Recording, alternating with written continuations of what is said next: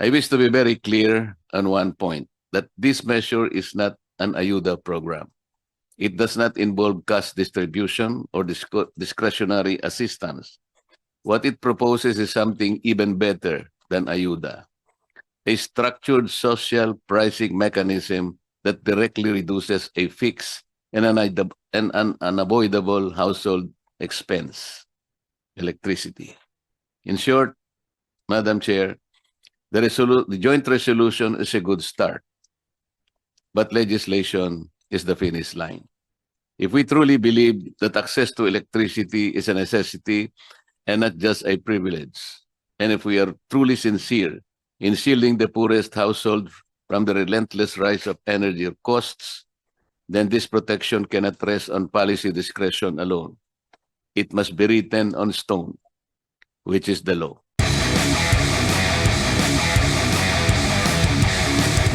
Thank our committee chair, Senator Pia, for including this measure in the committee agenda.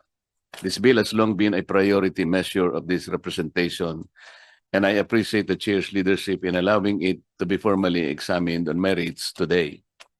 At the outset, I wish to state that I am fully aware of the Joint Resolution Number 1, Series of 2026, recently entered into and issued by the Department of Energy, the Department of Social Welfare and Development, and the Energy Regulatory Commission, which institutionalized the automatic registration of qualified four-piece households under the Lifeline Rate Subsidy Program. This is a welcome development, Madam Chair. During the DOE and ERC budget hearings last year, I repeatedly emphasized the need for this measure.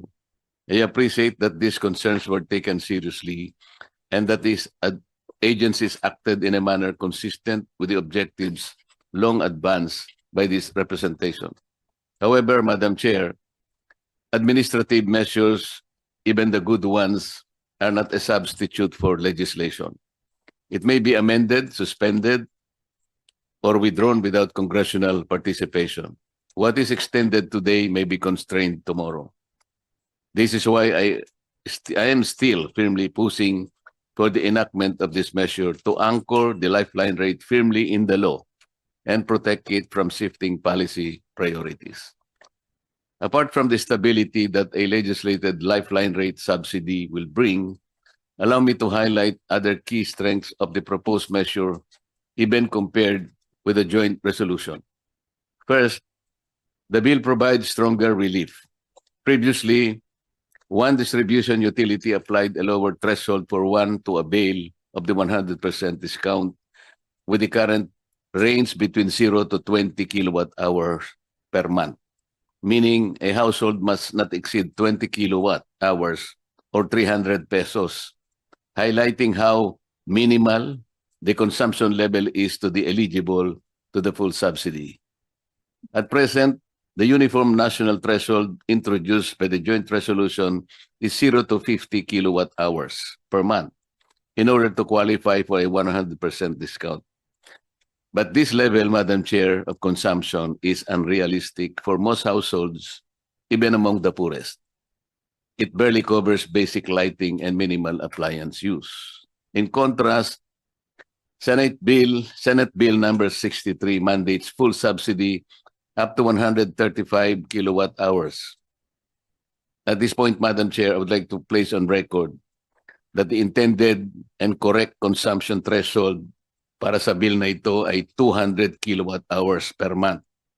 Nagkaroon po ng typographical error, which more accurately reflects actual household consumption needs and prevailing living conditions. Second, the joint resolution does not guarantee uniform protection nationwide. The benefits under the resolution still depend on the monthly electricity consumption threshold set by the ERC and the distribution utilities approved structure. This means that the level of protection may vary from one area to another. The bill, on the other hand, establishes a clear national standard for the qualifiers, for those who qualifies, and what level of consumption is fully subsidized, reducing disparities and confusion. Third, This measure strengthens accountability and transparency by requiring ERC to submit annual reports to Congress, placing the program with full congressional oversight. Finally, Madam Chair, the bill provides a clear funding mandate, ensuring that implementation is supported through the General Appropriations Act and not left vulnerable to shifting administrative priorities. As I proposed during the budget deliberations for fiscal year 2026 national budget, the funds for this can be withdrawn from a rational reallocation of funds currently devoted to certain ayuda programs, which according to the Commission on Audit reports are vulnerable to abuse and arbitrary distribution.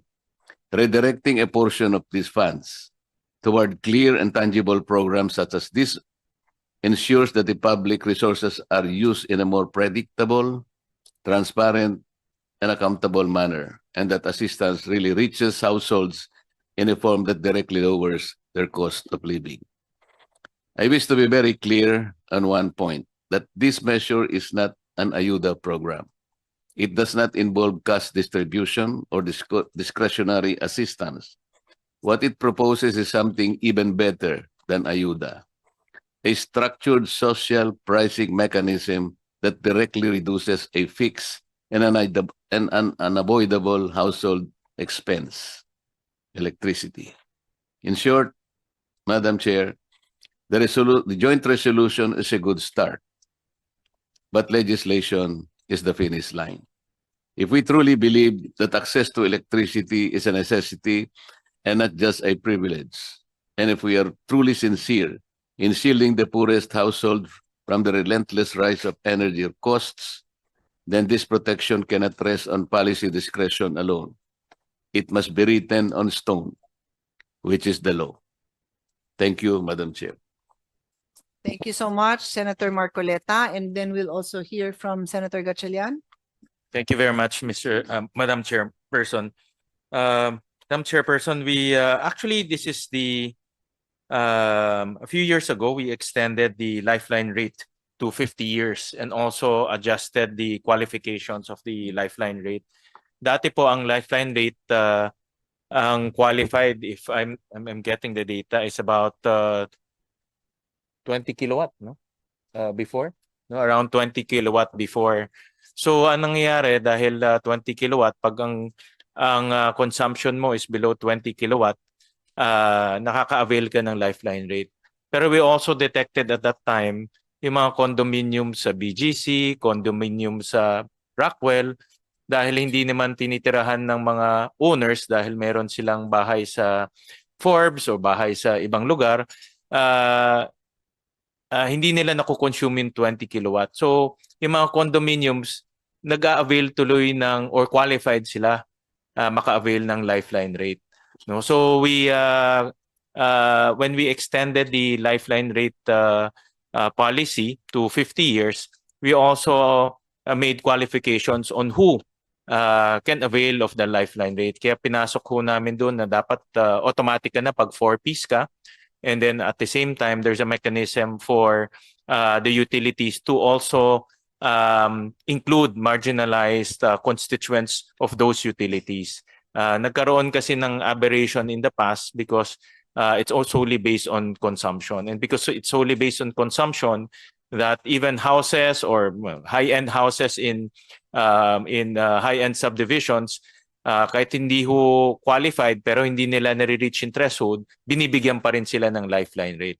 We have to understand that this lifeline rate is not free. No? Kinukuha to sa atin lahat who is not part of the lifeline rate. So in other words, we're the ones paying for those subsidies. So it's important that we have to make sure that those qualified are really qualified and deserves to be qualified, or else we are just subsidizing houses in Forbes, houses in condominiums na hindi naman yun ang intention ng batas. And I thank very good Senator Marcoleta for sponsoring the bill. This is really, it's good to talk about the thresholds because as we all know, gumagalaw po ang consumption patterns, nag-evolve po ang consumption patterns. And this is a good time to talk about those changes in terms of consumption patterns. So thank you very much, Madam Chairperson. Thank you for that history, Senator Gatchalian. Senator Gatchalian is our former chairman of the Committee on Energy. So I'm happy to have these energy experts with us in this hearing today. So let's now proceed with our resource persons. I want to give you the number so that we can use this as a guideline to regulate our time, no? Because we have to end in an hour. So the idea here is similar to our earlier deliberation on the waste to energy bill, is to give everyone a chance to make their position known. We will have a more lengthy discussion later on. So I ask our colleagues to bear with me as I try to moderate our time involved here, no? Also a reminder, because there are different resource persons now compared to earlier.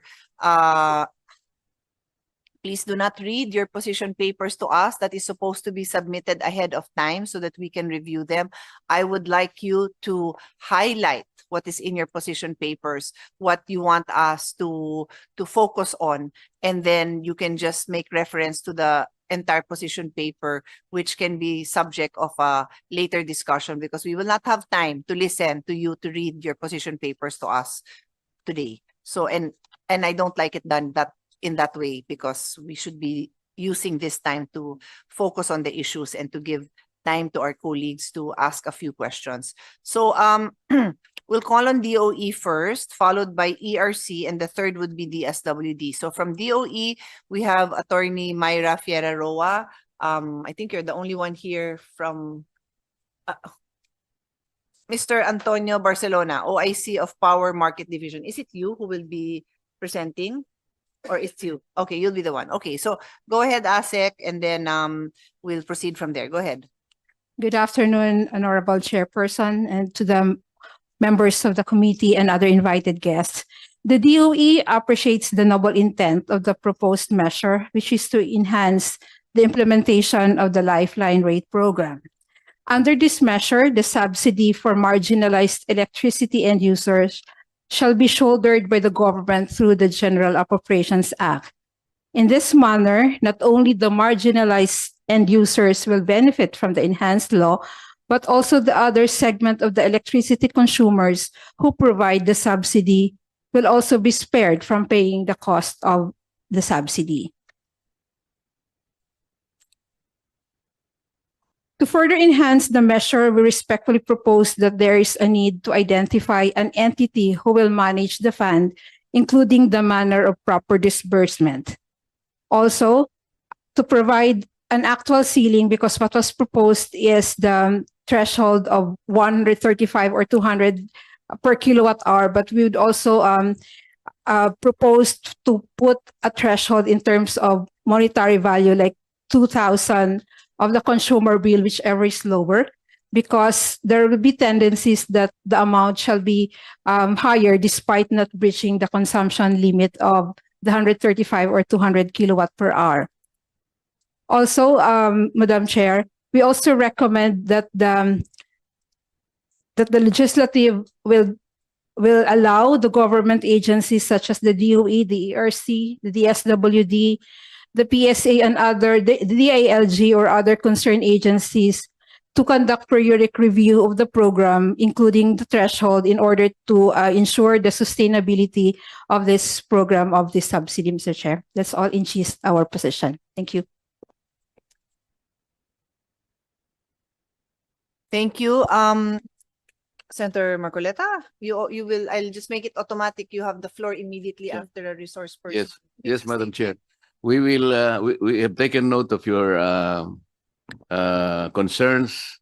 As a matter of fact, the reason why we peg it at least 200 kilowatt hours, because initially our thinking was that we just have to put a amount, let's say 2,000 pesos, but that would be dependent on how much the price of electricity will become in some future years.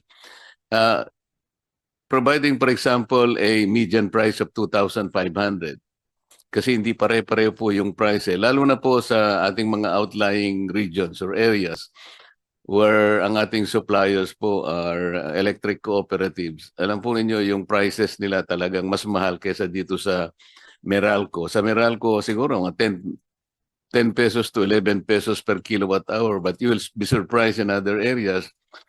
Magre-range po from 14 to even 21 pesos per kilowatt hour. So naglagay na lang po kami ng let's say threshold of 200 pesos. So palagay nyo kung ano man yung median price niyan. Yun po actually yung subsidy na maaring ma-receive ng isang household beneficiary. The reason why we thought of this, in lieu of the several social and economic interventions na ginawa po ng ating pamahalaan since let's say 2022 to 2025, nandyan po yung TUPAD, nandyan yung AIX, nandyan yung AKAP, lahat-lahat po. Binilang ko po yung 22 interventions yan. Lagpas po yan ng about 225 billion pesos. Yung 4 lamang po dyan or 5 will surely be already placed and maybe 190 to 195 billion. Ito pong estimate namin dito sa 200 kilowatt hours. This is only about 100 to 120 billion pesos. So easily po, alam niyo matitipid natin. Siguro about 100 billion po matitipid natin. So that's why we thought of this, Madam Chair.